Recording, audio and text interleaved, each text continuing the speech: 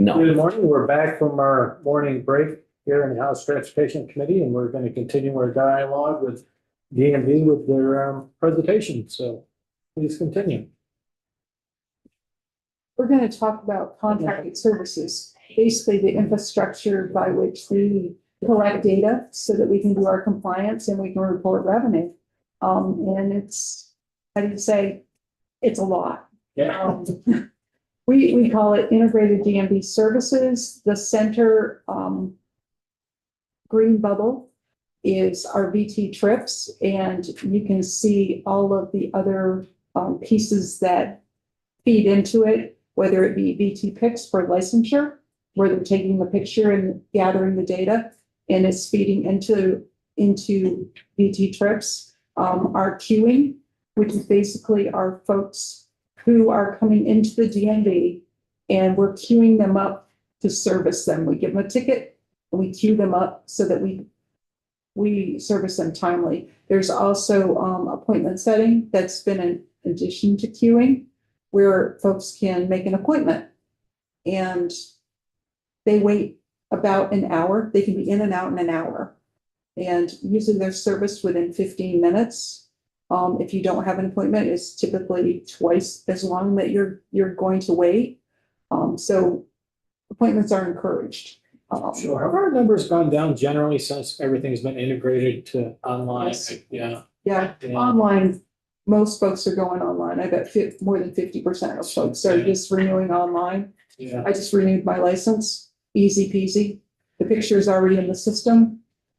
It took about 2 weeks for the renewal to come to me, Mhm. but I waited a little longer to the due date. So Do you actually have numbers throughout the DMV sites throughout Vermont of the traffic flow? yes, Just curious if you could, pass Yeah. those along, that'd be great. so number of folks that are coming in. Yeah, as opposed to, I mean, since we started ramping up, things online, just how drastic Yeah. numbers of. So we can get that data Yes, to that'd you. be great. And we do track it. It's in the system Mhm. as far as that. All right, but you can see all the things that are feeding into it, and it's significant. So of course, Fast Enterprises is the vendor who supports us with VT trips. This contract, it supports the vehicle titling, the registration, renewals, dealer licensing and regulations, plate decals, IPTA IRP, and motor fuel and car rental taxes. So it's the whole gamut. And of course, right now, we're currently in the implementation phase of driver services, which includes the issuance and maintenance of driver licenses and other identification, non-driver IDs in particular.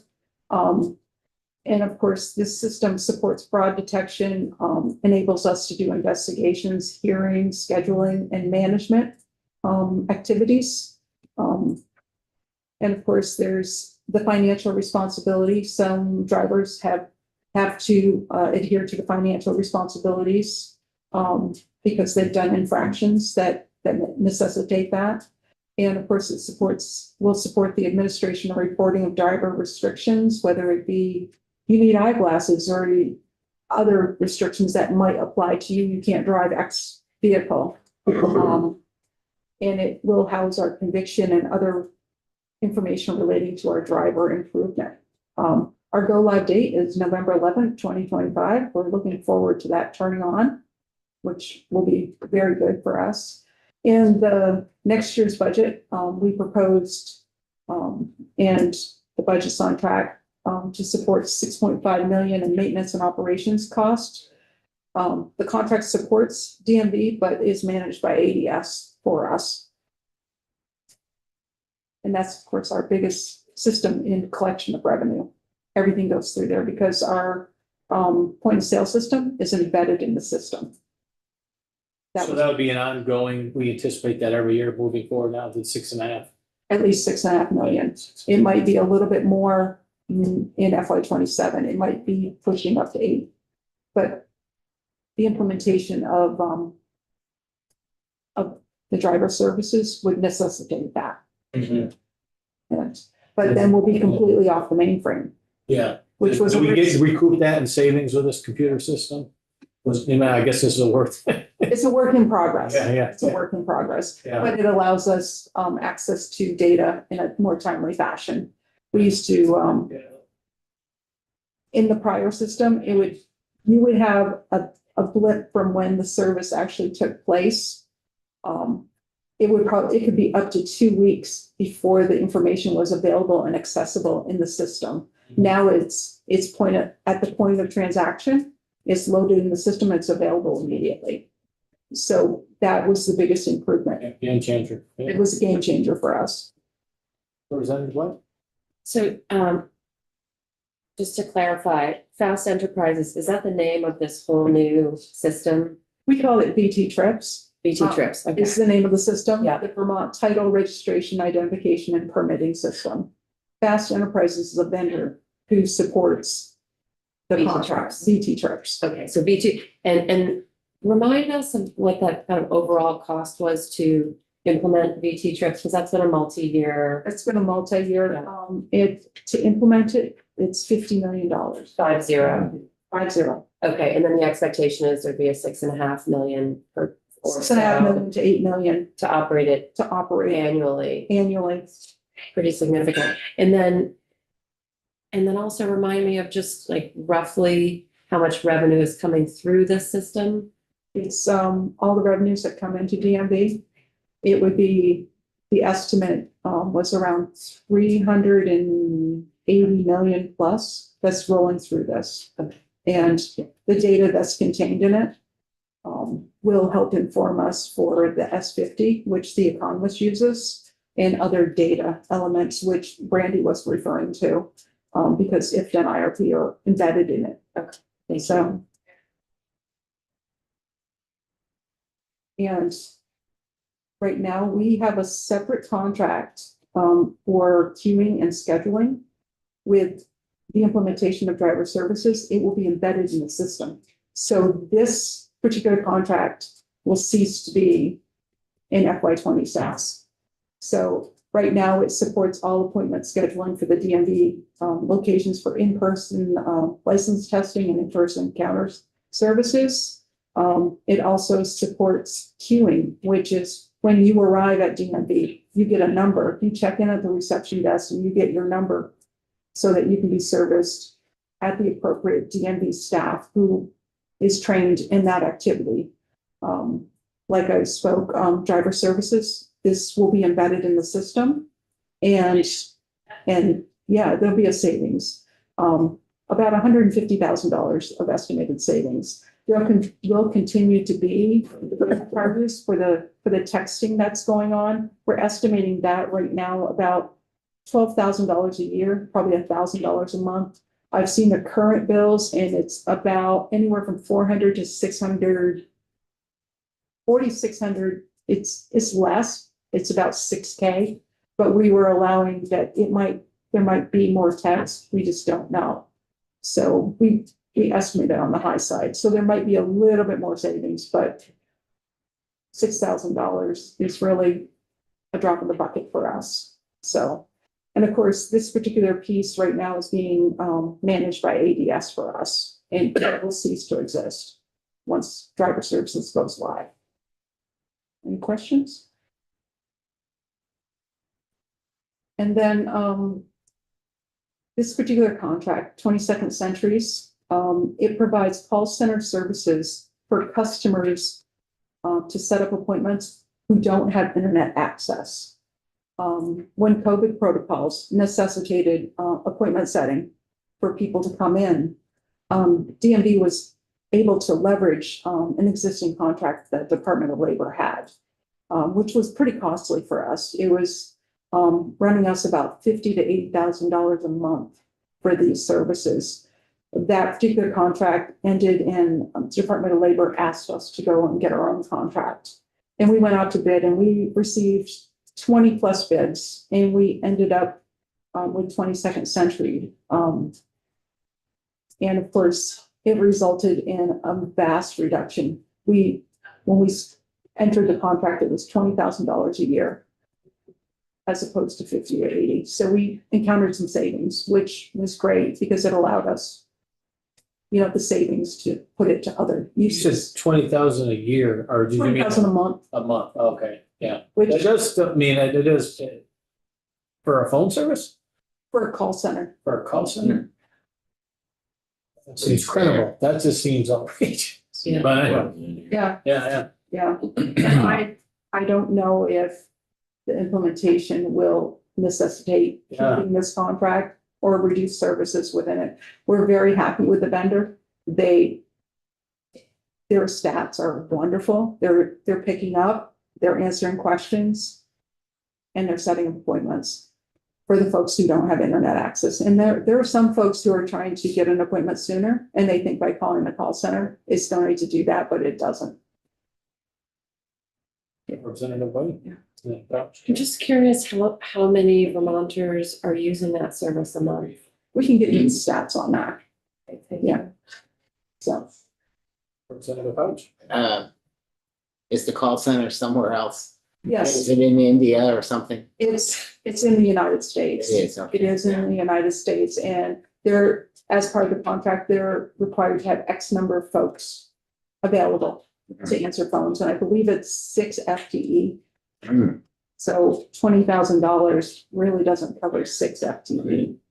And our current info center does not have the capacity to take this on.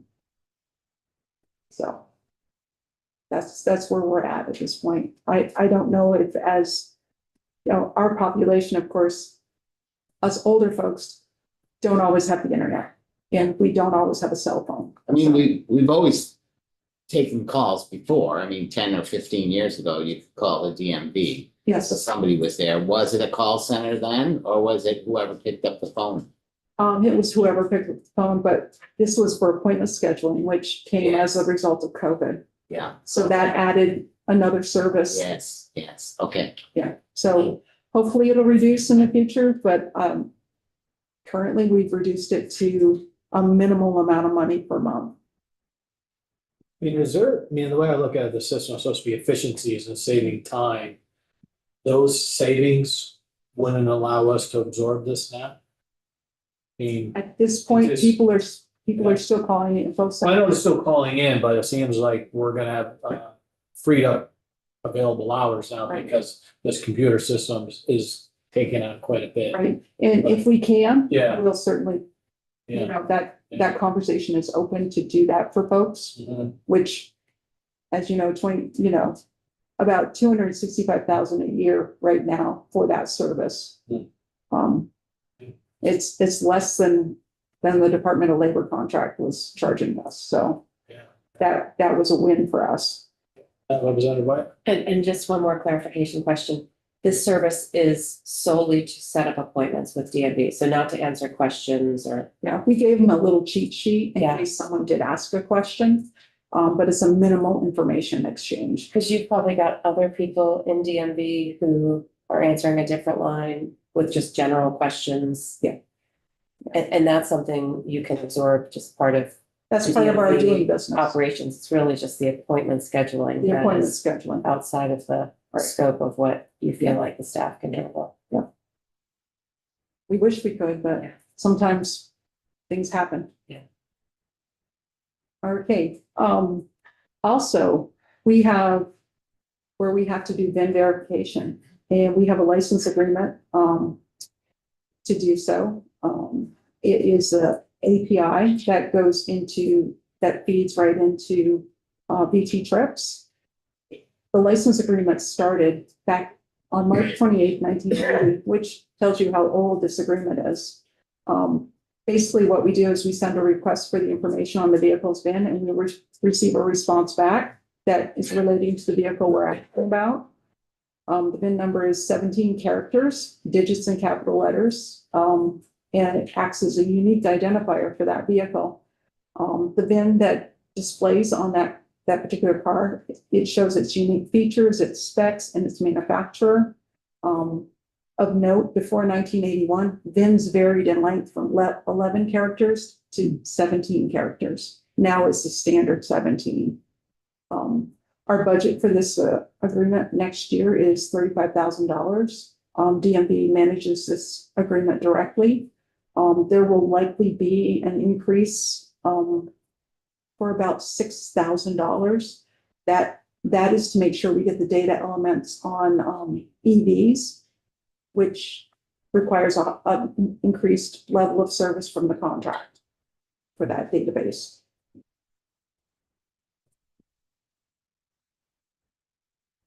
Then, of course, we get into our JD Powers contract, or vehicle valuation, which impacts how much purchase and use tax you're going to pay based on that valuation.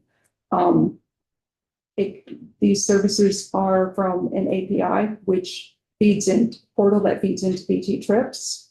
The purchase and use tax is, of course, based on the 32 VSA taxation and finance. And the basis for that valuation is a JD Power clean trade-in book value, unless the customer submits a vehicle dealer appraisal. If the vehicle is less, their value is less than the JD valuation. So that's the basis for how much purchase and use tax is assessed. This contract contains two models for evaluation. One is cars and trucks, which support the majority. And then we also opted to get the power sports, which are motorcycles and ATVs. And that's about 95% of the vehicles or registrations that come in for DMV. There's also vehicle types that are not in these two databases. So what we do is we access a user portal where we can get that valuation. And that's the three components of this contract. This contract cost us about $103,000 a year to get that. It supports DMV, but it's managed by ADS. And that'll be an ongoing cost. We're not going to get away from vehicle valuation. And then, of course, we have the Veridos contract, which is the contract that provides us the license through BT Pix after we license the driver. They pictures in there and all the data demographics, which allow for a production of a secure driver's license identification card. It goes through a secured portal, and I believe the plant that produces the cards is in Indiana currently. It is a US-based company because we're not allowed to have the data go outside of the country. It's got to stay in the US per the statutes and regulations that we adhere to. Currently, we pay $3.30 per driver's license and ID card. If it's enhanced driver's license, we pay about $5.24, and we pay for the associated postage and shipping costs as part of that service. Phase 2 of driver services is going to reduce the scope in this contract as BT Pix will cease to exist and the functionality will be embedded in the system. So it's only card production that we're going to be utilizing. I don't know if it's going to drive the cost of the cards down. We've yet to see. If there's opportunity, we certainly will negotiate on that. So that's where we stand with that contract. And then, of course, we also have a contract called Intellectual Technology. What this contract does is the automated testing system for driver licensing. It supports software and support via online and in-person testing for driver licensure. FY26 budget is about $143,000 a year. It's going to provide for the annual software and support annual fee and the annual hosting fee and an equipment refresh. This contract's about 4 years old. So technology, computers only last 3 to 5 years. It's time for a refresh on this one. Any questions on this one? And then, of course, we have our credit card fees that we engage in. Tyler Technologies, Nick, we get statements of work because there's a master agreement, and there's a lot of other state agencies that are leveraging this particular master contract. It supports our credit card processing and online services for driver renewals, learners permits, VREP, which is our motorcycle program, driver operator record fees, which is basically someone requesting a copy of your driving record. And the driver education submissions where students who are engaged in driver ed need to submit documentation that they've done the hours of driving with a parent and the various components that need to be, whether it's nighttime driving, daytime driving, it's got to be I believe 40 hours worth of driving time. The current fee is 2.3% of a transaction, monetary transaction. This is included in the DMV budget and is not paid by the customer, it's absorbed by DMV. Our FY26 budget is 1.9 million to support this. Transactions that have a per transaction fee right now are the driver license renewals. If it's ACH, it's $1.50 per transaction. Learner permit fees are $2.50 per transaction, which is not percent of the dollars. Per VREP for that program, it's $9 per transaction. Driver operator record fees, it's $4 per record paid that Nick keeps. There was about 199,000 records requested last in FY24. This is definitely a concern of our committee. It seems like in today's society that is typically passed on when you're going to a restaurant or wherever that may be, that transaction is passed on. And with the increased transactions that we're promoting as a state for people to go online, I imagine that 1.9 is going to be, grow. It's been, I added Yeah. some demographics here, dollar wise. Mhm. I mean, you can see that, in 25 Q1, you can see there's a significant uptick. Mhm. And you can also, That's credit card use. that's credit Using your card, credit card to pay all of the fees. You can pay your registration, yes. your tax. I see down in the commercial vehicle unit, these men and women that come in, they're paying with credit cards or debit cards Sure. versus coming with a lot of cash or a checkbook. Yeah.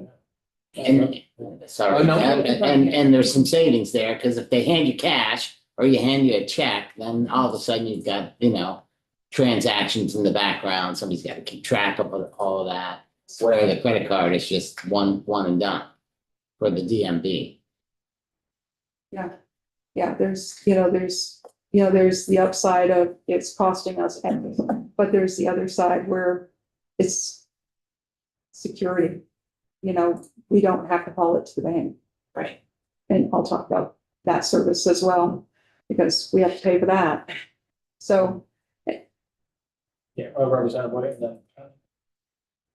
You finish? I had another question. No, you go, all right. and I'll step in. The request for records, who's asking for those records? sometimes it'll be companies that are asking for driver's records. Some people are asking for a copy of their driver records, insurance companies.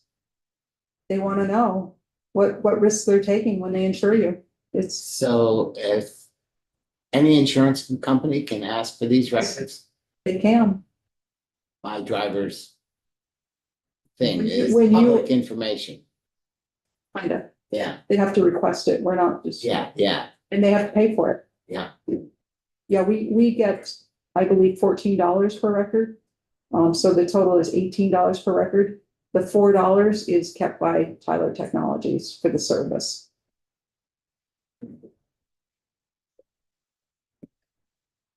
Just a question on the credit card fees. So what is the difference between a fee for a credit card and a fee for a debit card?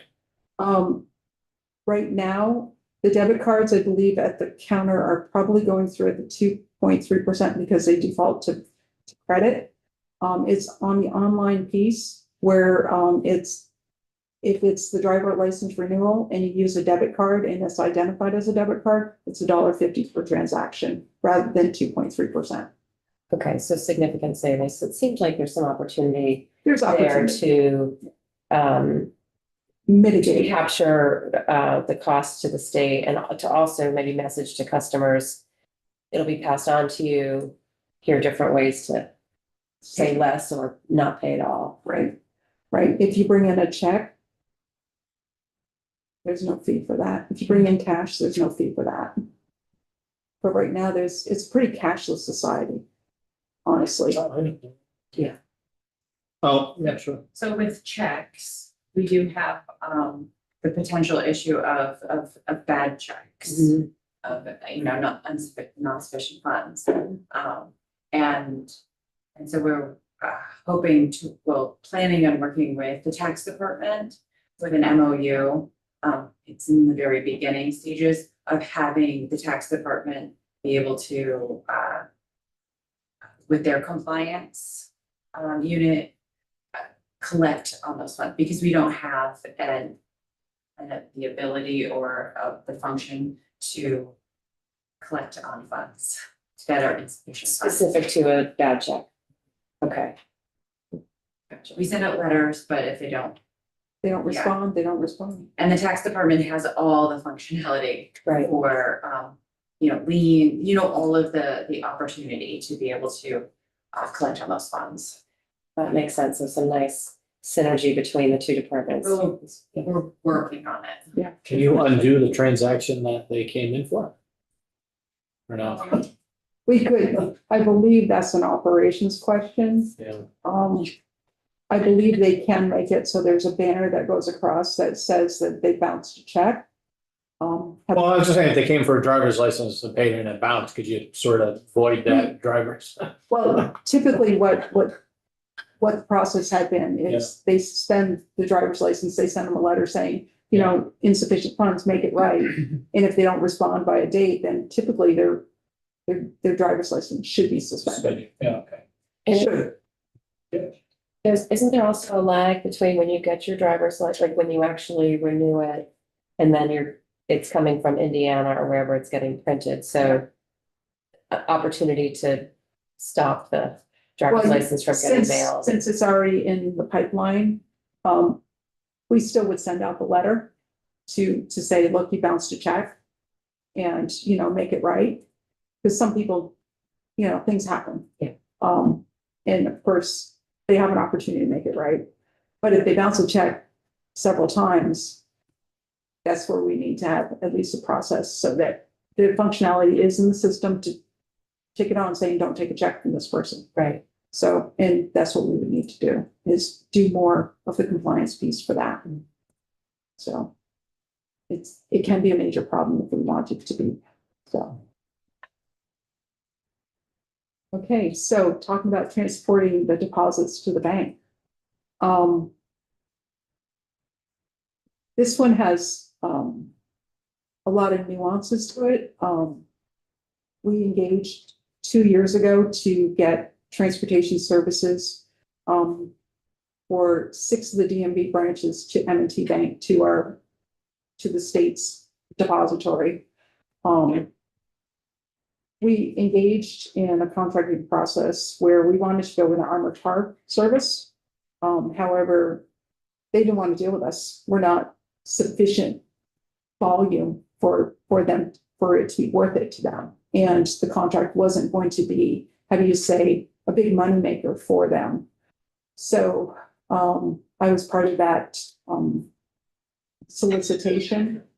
And where we landed after discussion with risk management was we needed to have a crime and fidelity insurance requirement of $1 million. And we put it out to bid with that requirement. And we obtained a service, a courier service. So they have to maintain this level of insurance so that it mitigates our risk. So that any theft, disappearance, destruction of checks, forgery, alteration were covered. We weren't with a prior service. Part of it was going through TD Bank. And that's the reason why we stayed with TD Bank as long as we did, because as part of the contract, they were paying for the service for us, but there was no protection for us. If the money disappeared, the money disappeared. It only happened once or twice in all those years, but it was still a risk that I didn't feel we should take. So that's why we ended up with a contract that's kind of a hybrid between armored car service and no protection at all. We're protected, mitigated our risk of loss. And it cost us about $100K per year, but we could lose significantly more. If a courier service were to just take checks, there's no requirement for the crime and fidelity insurance. It's the fact that they have actual cash that causes that need. And there's branches where they're sending over $7,500 to $10,000 a day to the bank. So there's an opportunity there for a lot of risk that we just shouldn't take. We just shouldn't take it. So, Representative House? So it's collected daily and brought to the bank. yes, it's on schedule. It's gonna go back out to bid because it ends in November and we need to have that service. So we'll be working on that shortly. And that's from each DMV It's office. 6 permanent branches. Yeah. And if they come on a daily on a schedule. Representative Casey? Is it so much money that somebody just can't go bring it over there? They don't want to take the risk. They feel the risk is significant to them being harmed. Huh. Oh, we gotta hire some tougher people, I guess. Well, What's Mike Tyson doing? yeah, and the thing is if you want that resource that, you know, in the operations side to go to the bank is taking them off the counters or off the line. So you either have to have them doing that production or you have them going to the bank and with the current environment, they're not willing to take the risk. They have adamantly said, we are not willing. And that's strictly cash, right? Is that like cash? I mean, Cash and checks, yes. the other stuff's electronic. Other stuff is electronics, is cash and checks. How much cash you talking? We're talking, at our higher branches, anywhere from 7,500 to 10K a day that comes in. And how much do we pay somebody to? It's $45 a trip. Yeah. We had it as a rate per trip because that's how they can pay for their insurance. We also put a restriction in the contract that it has to be for our business only, that this crime and fidelity policy. Because they could get it and they could go transporting cash for others. We're paying for it. We want it to be solely ours. Selfish, I know. All right, so now we're to our inspection program, AVIP. Basically, the contractor manages the program for us, including stickers on demand. The program offers instant access to the required inspection procedures and rejection criteria. The equipment is purchased from the contractor. When we initially did this contract, we paid for the equipment, the first dispersal. Now anybody who comes on pays for their own equipment. It includes a ruggedized tablet and LBD scan tool, wireless router, and a wireless printer. It runs about a little under $1,700 plus tax to get the system.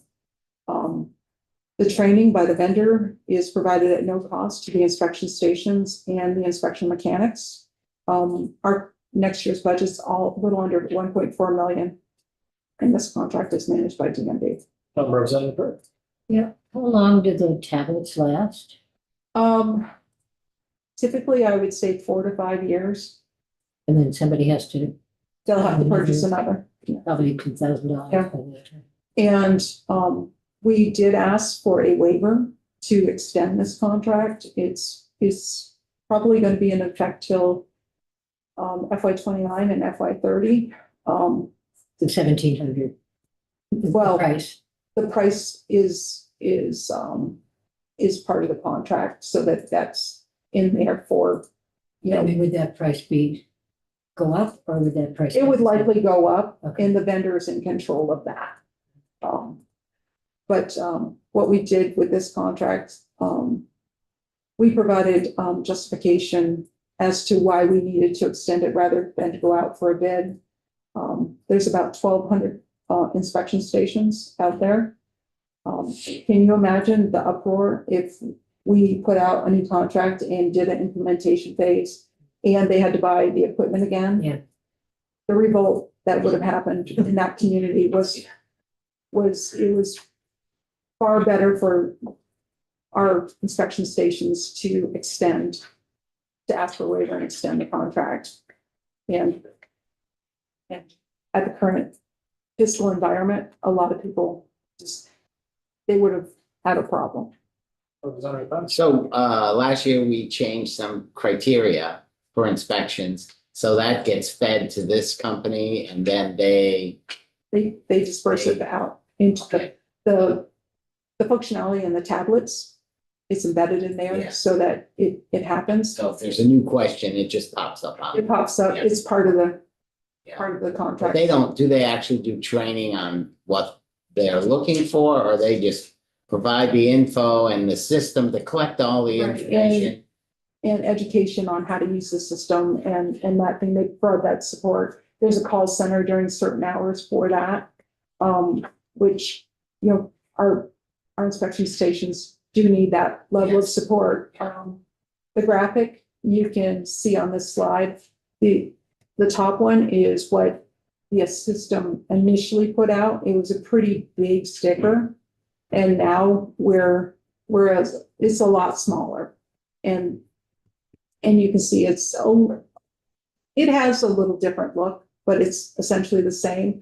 And there is an SQR code where law enforcement can scan it and it brings back information on that inspection. So that's another feature. One of the biggest complaints was the color. He wanted green and it's yellow. And when we did this, that was like a huge. That was a big topic. I remember that. Yeah, could you remind the committee of what the cut for the vendor is? It's like $3 or $4 per transaction, Dennis, that they get, I believe there's this or maybe it's higher, I forget, $2.21 per sticker, per sticker. But they get a cut too, or is that that's the state portion, but the vendor actually gets their, The state portion is $6. oh, $6, okay, that's what it was. Yeah, and the vendor portion is like $2.21. Okay. It might have gone up to $2.25. I'd have to look back at the contract. Okay, yeah, that's close enough. Thanks. Yeah, okay. But you can see for the service that we have, it's completely in their hands and we have access to the system to see what's going on. Is there more inspection stations now than there used to be, or? It's pretty flat. Pretty flat. There's about 1,200. So I know a couple guys that, as you guys made changes through the years, they like not doing it no more. Yeah, I can say that I live in Huntington and there is a little station right there that repairs and he hopped on and he inspects cars there. And honestly, I know it had to be a cost to him, you know, and he's just a one-man shop. So it's a significant investment for him.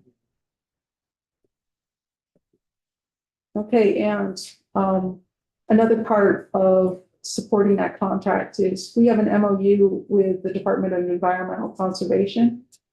What it is it's to provide training for automotive emissions diagnostic and repair training, which supports the inspection stations and the mechanics on, you know, how to diagnose and repair the onboard diagnostics, the faults that come out of that system. What does it mean? The trainings provide theory and hands-on skills and understanding it, diagnosing problems detected by the systems and verifying repairs, which is part of the inspection program system. We pay about up to $60K per year for the for DEC to do that service for us. And that provides training across the state. And we do send our enforcement and safety inspectors over to engage in the training as well, so that they're informed, because they have to go out and inspect and do oversight over the inspection stations on the enforcement compliance side. And then we have another contract, enforcement and safety uses, Iteris. This contract provides what's called CView, which is for commercial vehicles. It's an information exchange. And it also does roadside inspect program services.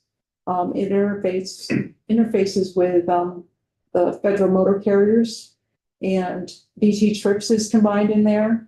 And it transmits information relating to commercial vehicles so that the registration, the CDL licensure, that sort of thing can be transmitted to enforcement and safety as they're out and about doing enforcement activities.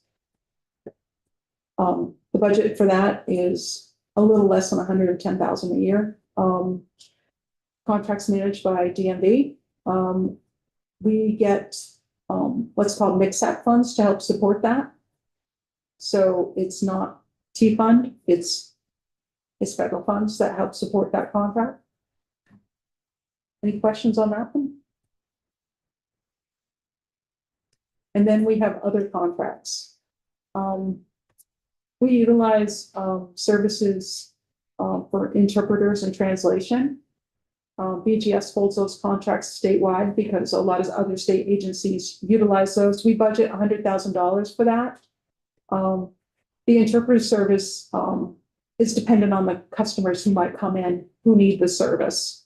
So we just put a blanket amount in there. And for most years, it comes in and we have sufficient funds to cover that. The translation piece is of our DMV manuals and forms, and some of those are available online. And we maintain at least 10 top languages that are in statute. That's what the requirement is. I think right now we have 14 translated, and those are available upon request or going on the website. We also have custodial contracts with White River Junction and Dummerston.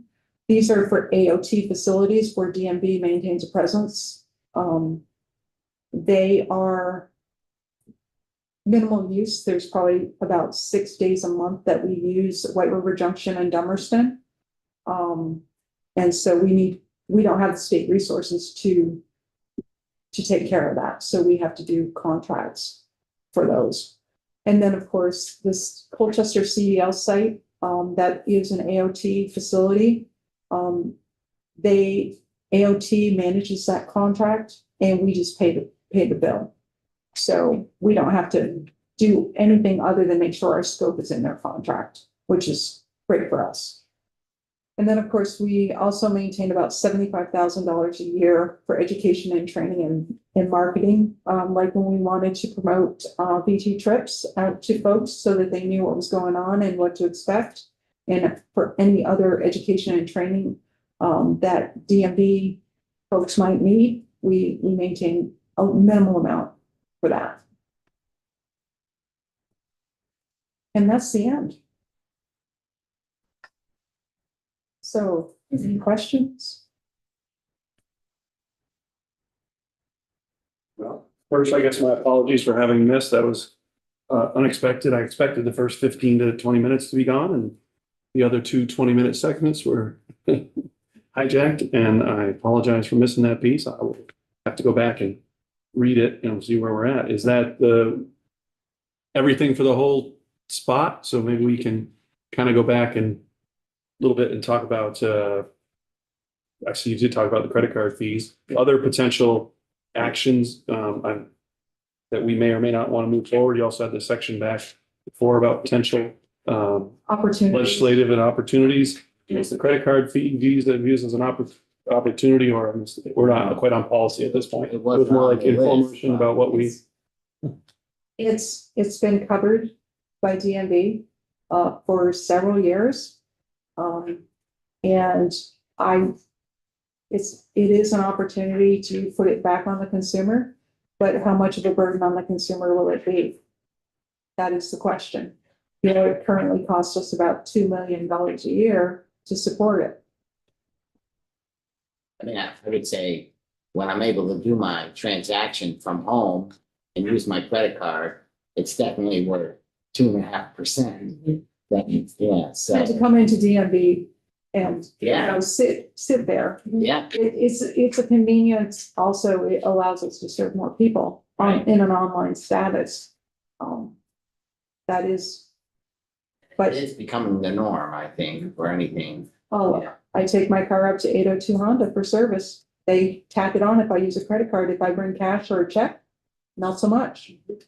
Or if I use my debit card, they won't charge the fee. Yeah. So there's encouragement to not use a credit card because they really don't want to charge the fee, but they feel that it's not a It's a administrative. double-edged sword for you guys, because if you discourage credit card use, it actually costs you more money It will. to collect it. But I don't think people will go back to save. We'll go back to mailing in more transactions. No, I don't think so, unless you had a giant purchase and use. Then that might be, but, you know, Yeah, but, you know, you could limit it to, but think about it. They're paying at the counter with a credit card for those transactions. yeah. So would it discourage them? I don't know. I don't know. It, I was thinking of online renewals, if they were to have online renewals and then they see an additional 0.3%. it's currently 2.3%. Well, we do know from researching it to some degree that you cannot charge more, you cannot make money off of charge. So we can't charge 2.5 if we're paying 2.3, but we can charge, I believe, we could charge up to up to that amount. You can also cap it, as I think was suggested, or not, but it has been, we wanted to drive everybody online, keep That was- nail that down was in the amount of small. visits. Yeah, it would, When will be the time that we're kind of there and then we can look at this particular? you know, or a graduated system where we'll eat half and the customer will eat the other half. Was there mention about the drop from what it was, 2.3 or 4 million last year, and it's only headed to 1.9 for the budget for this year? Do we know, we saw something earlier that was, I don't know if you already talked about that a little bit or not, it's kind of, but there was a significant savings. Is that a reduction in transactions, a reduction in amounts, or a new, somebody mentioned It something was a about new contract. I think you guys renegotiated the. We renegotiated with, just for the DMV, or was that a statewide effort? Or do we know? well, I know Not sure. that when we were engaged in the statement of work, we had been paying 3% to Nick, to Tyler, and we negotiated down to 2.3 very easily. So I don't know if there's opportunity to drive it down even further. Representative White, you had a question? I did. So when we're looking at ways customers can pay online, credit card, debit card, is there also ACH where you can put in your bank information and I think there That's is direct some functionality there. Because, you know, ACH debit is basically your debit card. right? I also think there's some part of waiting until after November's rollout and whatnot to see where we're at. I don't know how actively involved you are, the three of you are in any of that piece, or is it the biggest topic in the DMV these days? Is that? Right What is the now, biggest topic in DMV these days? my role is to make sure that the contracts are in place for the services that we need, that there's no lapse, and being very proactive to ensure that that happens. There was moments before I came on board in 2021 where they were struggling. And now things are proactively taken care of. And, you know, we really work hard to make sure our services stay so that customers are not impacted and so that there's minimal loss of revenue, you know, wherever we can, and opportunities to bring the cost down wherever we can, like with the call center for customer appointment setting. You know, I don't know if there will be an opportunity moving forward to bring that back in-house. But that contract for the 6 FTE that are contained in that contract with the vendor, $20,000 a month is a minimal fee for those services. We do have opportunities, like with the queuing and that appointment setting is going to be done through BT Trips. So that contract that we're looking at about $150,000 worth of savings. But also as we bring the BT Trips phase 2 online, the cost of maintenance operation, it's the 150 is, going to be netted against that. That's gonna be anywhere from 6.5 million to $8 million a year to support that contract for that. Yeah, there's opportunities to vet some of the contracts that we had. And we've done that right along. So. So on the VT trips, that big implementation, which has been how many years? Couple of, Oh, it seems like we've been doing it forever. Yeah, Um, but yeah, Connie Routledge, yeah, so this is the third attempt to improve, and it's been successful. It's on time, within budget, which is great for us. The vendor's very much on task with that. So we started with the CVO fast, which is the commercial vehicles, which was really phase 0. And we had that implemented, and I believe that went live sometime in 2020. And then we engaged and we started what is the the vehicle registration and titling. And that included the POS system, the point of sale system, which was another separate cost for DMV prior. And so we eliminated that contract. That contract was $250,000 a year to support it. And that contract needed a lot of oversight. So by embedding it within VT trips, it gave us opportunity for increased functionality. And we went live November 13th, 2023, but we started the implementation a year and a half prior to that. So we started a long time before. It was like the summer of 2022 that we started.